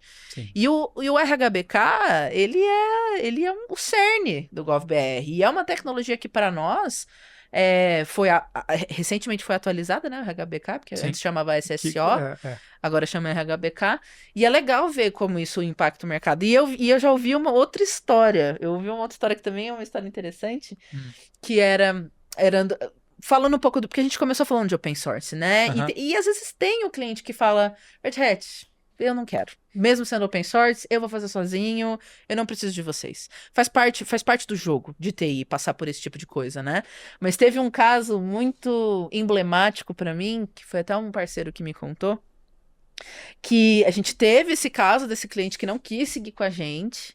O cliente não seguiu, foi usar o Keycloak comunidade. Beleza, o que a gente vai fazer, né? De novo, somos todos profissionais de TI Vai funcionar aqui, até o primeiro problema. mas assim, a gente não pode forçar nada a ninguém, a gente dá o nosso melhor, mas enfim. Aí é uma empresa que sofre picos, né? E ela sofreu um pico no Keycloak e recorreu à Red Hat no momento que sofreu o pico do Keycloak. E o que a gente teve que falar? Olha, então, tudo bem, a Keycloak é a tecnologia, mas é Keycloak, não é RHBK. Então a gente não consegue ajudar. Então, eu acho que assim, se for, vai. Como que eu posso colocar isso? Na TI, vai dar errado em algum momento. Porque foi a gente que criou. E o que o homem cria tem suas falhas. Claro, Vai dar sem errado em algum dúvida. momento. O ponto não é fazer uma infraestrutura lacrada, blindada, que nunca vai ter erro algum, nunca vai cair. Isso é utopia, né? Não, Mas isso você tem não que existe. Na nossa É. área, isso não existe. Isso Não existe, existe. isso não existe. Sempre, Qual é o nome? sempre vai dar um problema. Sempre vai dar um problema. Então, qual que é o objetivo? Criar uma infraestrutura que consegue ser resiliente o máximo possível. Diante Pô, de todos se os cair, cenários, eu tenho a né? ferramenta para Claro. voltar. Se cair, eu tenho o DR pronto aqui. Se precisar restaurar, eu tenho o backup. Se precisar automatizar Sim. a resposta ao incidente, eu tenho também. E construir em cima disso, né? E esses grandes projetos, eles são construídos em cima Sim. disso, Não, sem dúvida. né? Mas o RHBK, eu gosto muito dessa tecnologia. Também. E a gente encontra aí vários clientes que falam, ah, não, mas eu desenvolvi o meu, né? Ah, Eu sim. desenvolvi o meu. Já SSL. tivemos algumas reuniões, nenhuma Sim. nem duas, né? total. Muitas reuniões, né? É. Que começa, né? O desenvolvedor fala, ah, deixa aqui comigo, né? Eu faço, é né? só autenticação mesmo, né? Sim, total. E aquele projetinho, que na verdade às vezes era algo que, né, não se dava muito valor, se torna um projetão com muitos acessos. Uhum. E aquilo que eu falei assim, né? Ah, eu vou resolver ali, é um código de autenticação, é só mais um token que eu vou ter que gerar. Porque não é o core da empresa desenvolver SSO, né? No final das contas, já tá com baita no produto. Às vezes é até legal o produto. Só que para manter ele é muito caro, muito custoso. É isso aí. E o É? foco da empresa Não é esse, manter o exatamente, SSO, não é manter SSO. o Os serviços de serviço negócio. que tá entregando. É. Seja uma venda de roupa, seja uma venda de Exato. sapato, Total, né, total. carro. Sim. A autenticação é só o meio do caminho, Inclusive, né? a gente falou com um grande cliente do setor de vendas, Sim, um dos maiores sim, do Brasil, que está sim. nessa situação. Tem uma solução robusta, mas assim, é muito caro e eles falaram, meu, não é o nosso core. No fim, virou um produto bom, mas é um problema, porque passou a ser nosso o problema. É, total. Não Entendeu? tem como recorrer. Não tem pra como ninguém. terceirizar, ó, liga pra Red Hat, não, é tudo com eles. Não, assim, ou contrata uma empresa para sustentar o produto que você dele, mesmo não desenvolveu. dá, é Isso é complicado. complicado. Daí, é quem complicado, que vai é complicado. ensinar... Como- É. Então, assim, às vezes, essa pequena decisão de fazer, Faz muita diferença. vou Faz. fazer a minha, É que no começo fazia sentido, que talvez quando se tomou a decisão, né, na época fazia sentido, mas cresceu tanto, ficou tão robusto que agora se tornou caro manter. É. sim, Então mas é complicado. Mas às vezes eu penso assim, vamos pensar numa solução que está iniciando agora também. Vale a pena correr o risco de tentar desenvolver uma solução de autenticação, olhando todos os pontos de segurança, que verdade. que é algo muito importante que a gente tem visto vários casos Sim, aí, né? Sim. De sequestro de dados, invasão de Nossa, ambiente. sim. Faz sentido colocar meia dúzia de desenvolvedores para desenvolver a parte de autenticação. Com toda essa Olhar de responsabilidade, forma né? rápida a parte de segurança ou utilizar uma solução que está há décadas no mercado aí, E que é padrão rodando. de mercado, quer queira, quer não. rodando em grandes clientes Sim. no Brasil e rodando talvez na maior base de autenticação do mundo e que é uma solução super acessível. Então, quando nós estamos ali falando com os clientes, a gente sempre coloca essa pergunta: vale a pena, às vezes, economizar com desenvolvimento caseiro na autenticação da sua aplicação, ao invés de olhar o RHBK, que é uma solução altamente utilizada no nosso mercado? Será que vale a pena correr esse risco? É. Às vezes a empresa não dá importância para a autenticação, mas é a porta de entrada da sua aplicação, dos seus dados. Se o cliente não logou, tem muito né? o que fazer. Ou você vai fazer um ambiente, que a gente também já pegou vários casos, né, Vini? Chega na empresa e fala assim, nossa, aqui eu tenho 100 aplicações. E cada uma com a sua autenticação. Pois é. E Nossa, A cada não setor, padronização é e terrível. cada Complicado, setor complicado, ali complicado. Sim, sim. cuidando dos seus usuários e uma loucura. Uhum. Quando a gente tem um tipo de solução como o SSO, né, permite que o mesmo login faça acesso às mais variadas aplicações. Seja uma aplicação de mercado, como o SAP da vida, por exemplo. seja num e-mail. Sim, sim. No- Conversas entre APIs, toda a camada de segurança encapsulada, né? Você focado só no negócio da sua aplicação. A mesma autenticação que está no portal está na sua aplicação mobile é. também, né? Então, é uma solução que eu gosto bastante e eu falo para os clientes, né? Não perca o seu tempo, às vezes, querendo fazer uma solução caseira em algo que já está aprovado, já está pronto no mercado, já é robusto o suficiente para dar essa segurança e ter uma implantação assim, super rápida, super tranquila, né? Acho que é um ponto bem bacana. Bom, eu queria já fechar e entrar para os cases. O que vocês acham? Querem comentar mais algum ponto? Podemos entrar nos... Fica à Vamos vontade. falar Legal. de alguns cases. Queria comentar, então, um pouco do case do Banco Central, porque eu acho que, através dos cases, se torna autoexplicativo também mostrar o poder das ferramentas, né? E uma aplicabilidade no mundo real que todo mundo conhece. Então, o case do Pix, que é um projeto do Banco Central, e que todos os bancos estão conectados a ele, eu vou trazer aqui alguns números, depois comentar os produtos da Red Hat por detrás dessa arquitetura, mas os números atuais estão sempre aumentando, tá? Isso aqui é a fotografia de hoje, amanhã já vai ser um pouco maior. Mas a gente tem um total de 170 milhões de pessoas físicas, tá? Então isso dá 80% da população brasileira. Temos 7 bilhões de transações realizadas somente em janeiro de 26. Não é 7 bilhões de reais, são 7 bilhões de transações. Então, pega por minuto, por hora, por segundo. É uma coisa absurda. 3 trilhões de reais foi o volume de outubro de 2000... em outubro de 25. Isso equivale a 3 PIBs mensais, tá? O Produto Interno Bruto. E tivemos 313,3 milhões de transações em um único dia, tá? Esse foi o recorde no único dia. Tá, então isso aqui mostra o cenário extremamente exaustivo com que a infraestrutura roda. Tá? Então, para vocês terem uma ideia, hoje a infra do Pix está baseado no sistema operacional da Red Hat, depois no OpenShift, que é a solução aí Kubernetes, a plataforma que a Ana já nos deu aqui uma aula. Tem também o Ansible, né, Ana? Tem o Ansible rodando e a MQ. As filas também de MQ da Red Hat.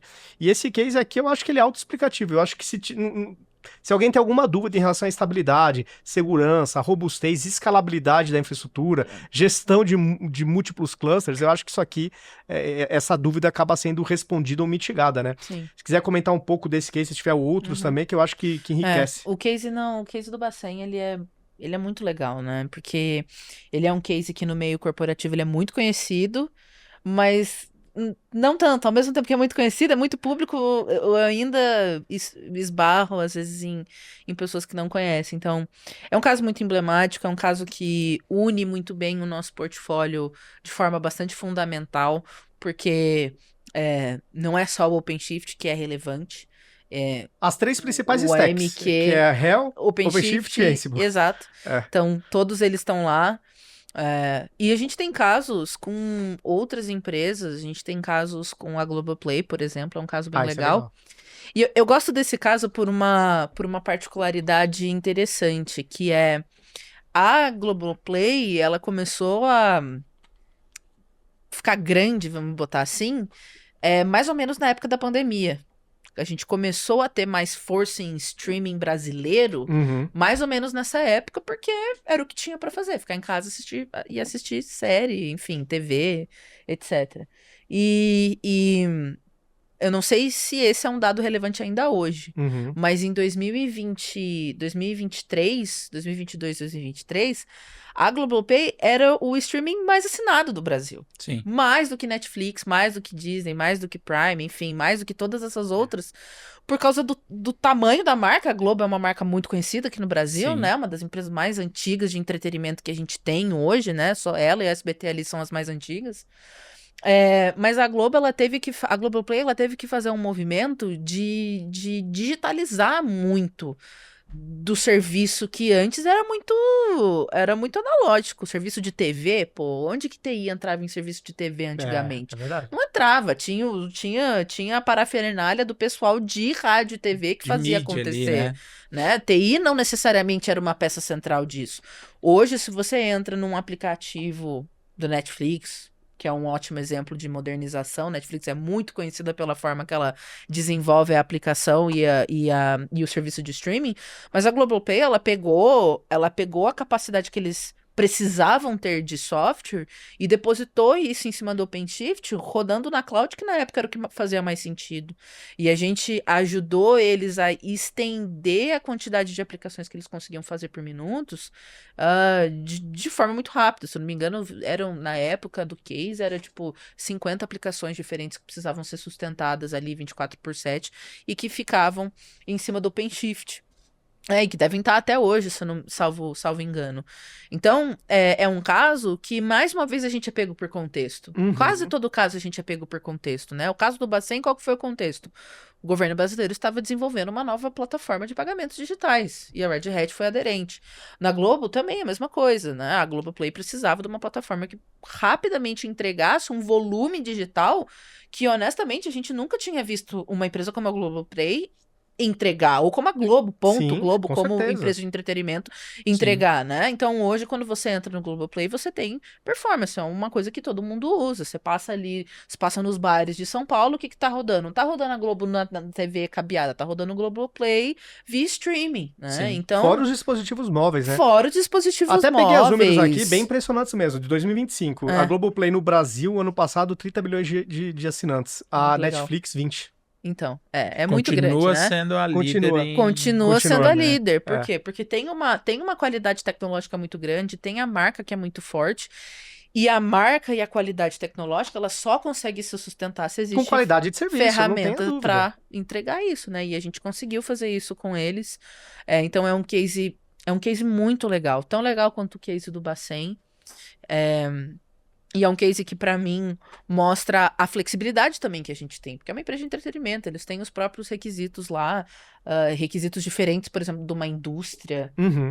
sei lá, petroquímica, sim. óleo e gás, enfim. E um case também baseado em volume, né? Em volume Muito de volume, acesso, assim. muito Então, volume. por exemplo, Big Brother. Quando tem Big Brother. Nossa senhora, Você né? imagina Pra acessos eles, imagina a quantidade de acesso concorrente. imagina o quanto precisa escalar as réplicas do streaming deles. Exatamente. Deve ser uma coisa insana. Sim. Deve ter SRE ali pendurado o tempo todo. E eu super entendo, entendeu? Aham. Me colocando no lugar da pessoa de operações, eu entendo, né? Então, mas se você tem uma ferramenta que abstrai um pouco, você Sem consegue ter dúvida. mais agilidade. Com Então é aí que a certeza. gente entra, né? Agora, um ponto importante, às vezes os clientes, a gente comenta desses cases nas reuniões, e aí o cliente fala, nossa, mas então a solução da Red Hat é só para imensa. Bilionária. é só para Imensa, é só para empresas gigantescas, né? exato, acontece. Não. De jeito Nós nenhum. podemos começar com um projeto adequado ao tamanho do seu ambiente. Sim, total. Então, nós temos vários clientes que estão ali engatinhando nesse processo de modernização, nessa jornada, né? Temos que falar a palavra jornada. Temos que falar a palavra jornada, não tem então, jeito. mas eu tenho só 1, 2 aplicações que eu estou começando. Já começa certo. Já começa certo. Vamos começar de forma correta, organizada e com um custo que vai ser aderente ao tamanho do seu ambiente. Exato. Né? Porque o modelo de subscrição da Red Hat também traz essa flexibilidade para você começar com ambientes menores. Sim. Tendo variação de suportabilidade, onde você pode escolher para ambientes mais críticos um suporte 24/7 ou ambientes menos críticos um suporte 8/5. Então, tem sempre um caminho, tem sempre uma possibilidade para você começar esse seu projeto de maneira correta, para que lá na frente a gente não esteja numa mesa discutindo. E agora? Pois é. O que eu faço para Sim. desfazer esse caminho A decisão equivocada, né? que eu comecei de forma errada e agora como que eu saio disso? Porque, na verdade, a minha aplicação não para em pé. Sim. E, às vezes, para o CIO ou para o decisor ali da empresa, não dá tempo de tomar essa essa ação para fazer uma mudança.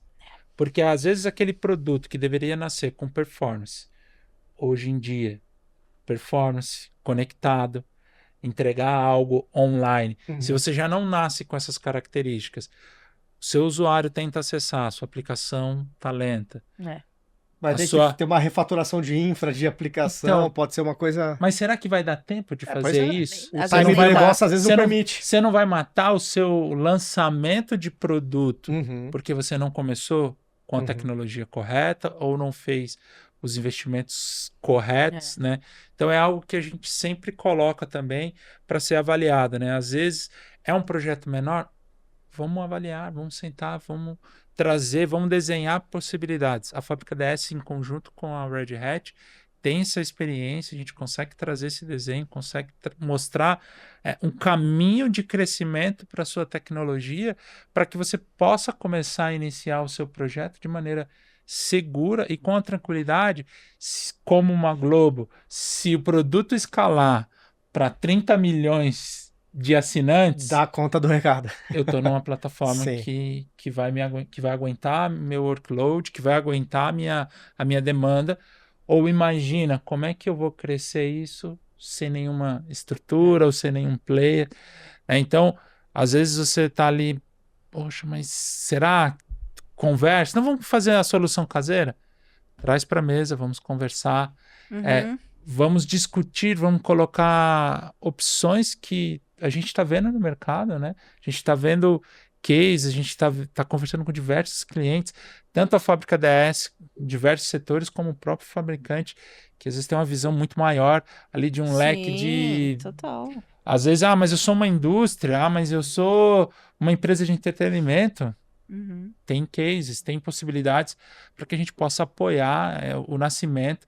E agora com a IA, a gente tem visto cada vez mais nascer coisas muito mais rápidas, né? Acelerar alguns processos, por exemplo, da própria transformação, da modernização das aplicações, né? Sim. Pode ser uma ferramenta que vai encurtar o prazo e o custo também, né? Então, acelerador. Sim, nós temos feito alguns case projetos legal, que, ao invés da gente trabalhar num processo de modernização onde 100% daquela escrita de código é feita de forma manual, nós utilizamos ali a IA para nos apoiar nessa escrita, né? Então, aquele trabalho repetitivo, onde tem que ser produzido muita linha de código, a gente utiliza a IA para fazer esse processo e, às vezes, uma jornada de modernização que levaria X meses, a gente consegue trazer uma redução 20%, 30%, 40% de redução nesse tempo e vai acelerar essa entrada dessa aplicação de uma maneira muito mais estável, modernizada, né? Enfim, com essas tecnologias, né? É verdade. E quando bem usada, ela se torna uma ferramenta muito útil, eu acho, né? Não vamos esquecer que tem custo, né? Acho que todo mundo aqui já deve ter visto, não sei, talvez não, que empresas como Uber, Microsoft desabilitaram o uso do Cloud Code, por exemplo, por causa da quantidade de consumo de tokens. Sim. Então, assim, até o pessoal que tem muito dinheiro tem preocupação de acertar isso. E eu acho que a IA, se usada dessa forma que você está comentando, que eu vou usar a inteligência artificial para isso daqui, vai me ajudar a analisar esses documentos, vai me ajudar a analisar essas requisições, documentar os códigos. Isso sim vai fazer uma grande diferença, porque daí acelera os processos que a gente já ia fazer, né? Pô, eu posso usar uma IA para fazer uma análise aqui na aplicação, para ver se ela consegue ser modernizada ou não, vou usar a IA para fazer uma análise no projeto. Tem boas formas, né? Claro. A gente brinca que IA é uma palavra hypada, ela pode ser o vilão, mas a IA, na verdade, é uma excelente ferramenta. Ela tem a capacidade de ler muito mais rápido que um ser humano, de analisar muito mais rápido que um ser humano. E eu acho que esse é o ponto, né? Pegar a inteligência artificial para trabalhar junto nesses projetos como acelerador, não Um como acelerador. Sim, né? O o salvador que da vai pátria. produzir, né? Até, acho que eu nunca esqueço, acho que muita gente deve conhecer o paper que a IBM lançou nos anos 80, 70. Primeira página do paper é basicamente falando, uma IA não deve tomar decisões sozinha, né? A IBM, ela estuda inteligência artificial há Muito tempo. décadas, Realmente. né? Então, Sim. desde antes a gente pensar em falar isso, a IBM já estava problematizando algumas coisas. Então, e tem um mérito muito grande nesse estudo, e esse estudo só mostra que sempre se entendeu, em termos acadêmicos, o poder que a inteligência artificial colocaria numa vez que ela se transformasse mainstream, que é o que a gente tem que a gente teve com o ChatGPT em 2022, né? Uhum. Pô, todo mundo tem acesso a IA hoje. Qualquer Sim. pessoa tem acesso a IA. Antigamente era só quem trabalhava na IBM, ou só quem trabalhava Eu com só conhecia da aquilo. IBM, 10 anos atrás, Né? por Assim, exemplo. eu só não conhecia da tinha, não IBM. era qualquer É. pessoa sabia o que era. Hoje, uma pessoa qualquer que não trabalha com TI sabe. Então, nós que estamos dentro da TI, que a gente tá em contato o tempo todo com isso, é sempre bom relembrar que é mais uma ferramenta, que nem automação é uma ferramenta para nós, que nem o container é uma ferramenta, que nem uma ferramenta de observabilidade é uma ferramenta, vai fazer parte do arsenal de coisas que um cliente Sim. tem ali que a gente pode ter para facilitar a nossa vida, Sim. sabe? E não ser tudo, né? O Sim, core, não é enfim. a substituição, Não, é a ferramenta complementação. que vai Isso. te apoiar a acelerar um resultado, que é, no caso, a modernização. Então, Exato. ao invés da gente ficar somente dependendo daqueles especialistas que conhecem o sistema para reescrever cada uma das classes daquele código, a IA consegue acelerar É aí esse que tá a processo. diferença. E num mundo hoje que 3 meses já é muito Nossa, tempo para Nossa, se ter. sim. 3 meses Uma já década, né? Já é É. muito tempo para se ter um resultado. A gente não pode esquecer dessas ferramentas dentro do nosso dia a dia. É verdade. Agora, utilizar a IA, como você disse, de forma ampla, sem um objetivo, Sem controle, aí sem um objetivo muito ali bem determinado, Ah, não. Aí você vê aí, né? é complexo. Porque daí entra numa seara que, assim, entra numa seara do seguinte: pra que eu tô usando essa IA de verdade? Tá bom, assim, e daí criação de métricas mirabolantes em cima da IA, tipo, quantidade de tokens, quantidade de prompts, sabe? Se você usa métrica de tokens, é mais uma exposição. Ó, meu time usou 6 milhões de tokens e a gente não conseguiu terminar o projeto, sabe? É complicado. Coloca as pessoas responsáveis por projetos de modernização em uma situação difícil. Porque ao mesmo tempo que existe a cobrança de usar inteligência artificial, não necessariamente dá tempo de fazer a diligência. Não dá tempo de pensar, pô, vou parar e pensar aqui com calma. Às vezes nem tem calma, não tem a parte da calma, você já tem que usar, né? Então o que a gente prega, e é claro, eu também acho que isso é uma jornada. Eu acho que eventualmente esse uso, e daí é achismo totalmente meu, Ana, CPF. Uhum. Eu acho que esse uso vai diminuir, acho que vai desinflamar um pouco a quantidade que é consumido. E daí sim vai ter aquele momento para respirar e pensar, nossa, tá bom, ó, vamos recomeçar, vamos fazer de um outro jeito, vamos pensar, fazer uma coisa super específica ao invés de usar para fazer troubleshoot de qualquer coisa que tem, Sim. que é uma coisa que eu pessoalmente, né, tenho colegas que trabalham na área de observabilidade, por exemplo, do sistema bancário, e eu ouço algumas histórias de terror em relação ao IA, Sim, né? E sim. tem mesmo. Então, assim, eu acho que vai chegar um momento que a gente vai ter o cliente que vai falar assim, não, ó, fábrica DS, eu quero uma IA para fazer análise de sentimento de imagem. É isso que eu vou usar. Perfeito, a gente vai implementar, sabe? Mas nós temos feito os projetos e aí você tem que avaliar o ROI do projeto. Total, senão não dá para adianta. você falar, vamos abrir a IA e deixar todo mundo usar. Quer ver um uso que nós estamos aí ainda aplicando? Agora em junho, Da CNPJ, né? Vai agora mudar. em junho, dia 30 de junho, né? Se não saiu nenhuma notícia, se não saiu nenhuma postergando notícia, um pouco, né? No dia 1º de julho agora, entra em vigor o novo padrão do CNPJ no Brasil, o CNPJ alfanumérico, né? Então, assim, é a mesma máscara, tudo igual as posições, mas só que agora só que letra e agora número. são letras, né? Mas é o mesmo comprimento. Você não sabia? Não sabia. Então, legal que... No ano passado a gente fez várias reuniões que Não nem os sabia. diretores sabiam. E ainda é algo que não está tão divulgado. Não, assim, divulgado, né? não tá. Nossa, não sabia Tem não. a divulgação, mas o Brasil é muito grande, né? O Brasil é É. muito grande.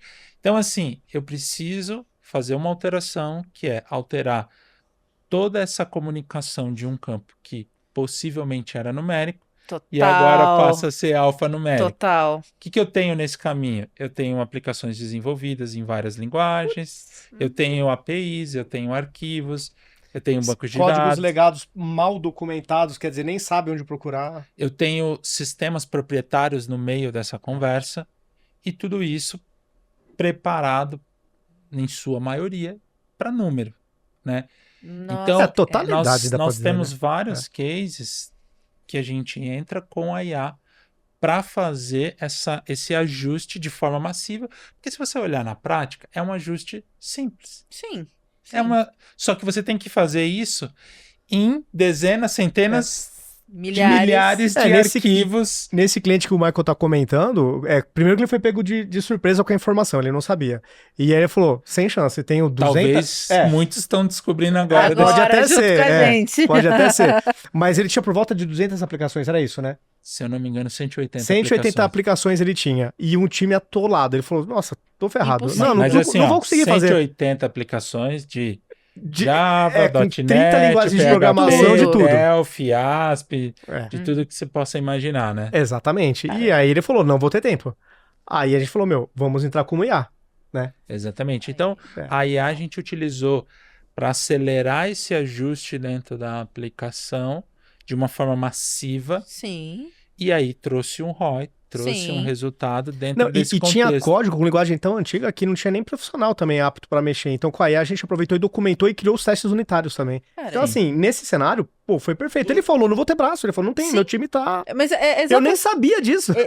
Eu também não, e assim, é um caso excelente de aplicabilidade de É. IA. Não tem cabimento de você colocar um ser humano para fazer todas essas modificações com o risco dele errar, com o risco dele não saber fazer, com o Exatamente. risco Com de atrasar. com certeza. Então, é o que eu falei, tem o seu Tem que valor usar com real inteligência, né? a ferramenta artificial, mas precisa usar precisa ter um caso de uso. Qual que vai ser o problema resolvido? Ah, eu quero usar aqui para, sei lá, criar coisas. Isso não é um caso de uso específico. Precisa ser específico, né? Que é o famoso dado corporativo, né? Sim. E aí a Então- gente consegue pegar esse mesmo exemplo para fazer um processo de modernização para jogar Sim. para um OpenShift. Então Por a gente exemplo. usa Uhum. essa mesma expertise que a gente implementou nos projetos de CNPJ alfanumérico, onde a gente consegue fazer a modernização de partes do código, acelerar, coisa que é muito massiva para trazer essa redução. Então, você que está aí pensando, caiu aqui nesse vídeo, pô, eu tenho esse problema de modernizar, tem caminho, tem possibilidades, tem como sair dessa encruzilhada ali, Com né? certeza. Tem Entre como. fazer um investimento e ficar com a aplicação parada, nós temos como trazer ali uma possibilidade. É isso aí. Que é o melhor caso possível. Sim, com Também certeza. acho. Maravilha, acho que é isso, né, Michael? É isso, acho que deu pra gente trocar uma figurinha aí sobre esse mundo de modernização, soluções Red Hat. Sim, sim. Bom, queria agradecer aí a participação da Ana, né? A gente Imagina. falou aqui de diversos assuntos, né? Mas é importante, pessoal, é uma jornada. Modernização envolve software, envolve infra, hardware, envolve servidor de aplicação, conceitos, paradigmas, e a gente procurou abraçar aí um pouquinho de cada assunto aqui nesse nosso bate-papo. Ana, suas considerações finais, muito obrigado aí pela Imagina, participação. gente. Obrigada a vocês pelo convite. É sempre muito legal ter a oportunidade de falar dessa forma, porque a gente leva muito a sério, né? TI é uma coisa super séria. Então é legal falar dessa forma um pouquinho mais descontraída. Como o Michael comentou, a gente está aqui para ajudar da melhor forma possível, sempre levando em consideração o que é mais relevante para você, cliente, para você, companhia, sempre visando resolver esses problemas, que são problemas uns antigos, uns novos, mas enfim, então estamos aí. Obrigada, Michael, obrigada, Vinícius, pelo convite. Maravilha. Legal. Obrigada, gente. É isso aí, pessoal. Espero que tenham gostado aí do conteúdo e até o próximo podcast.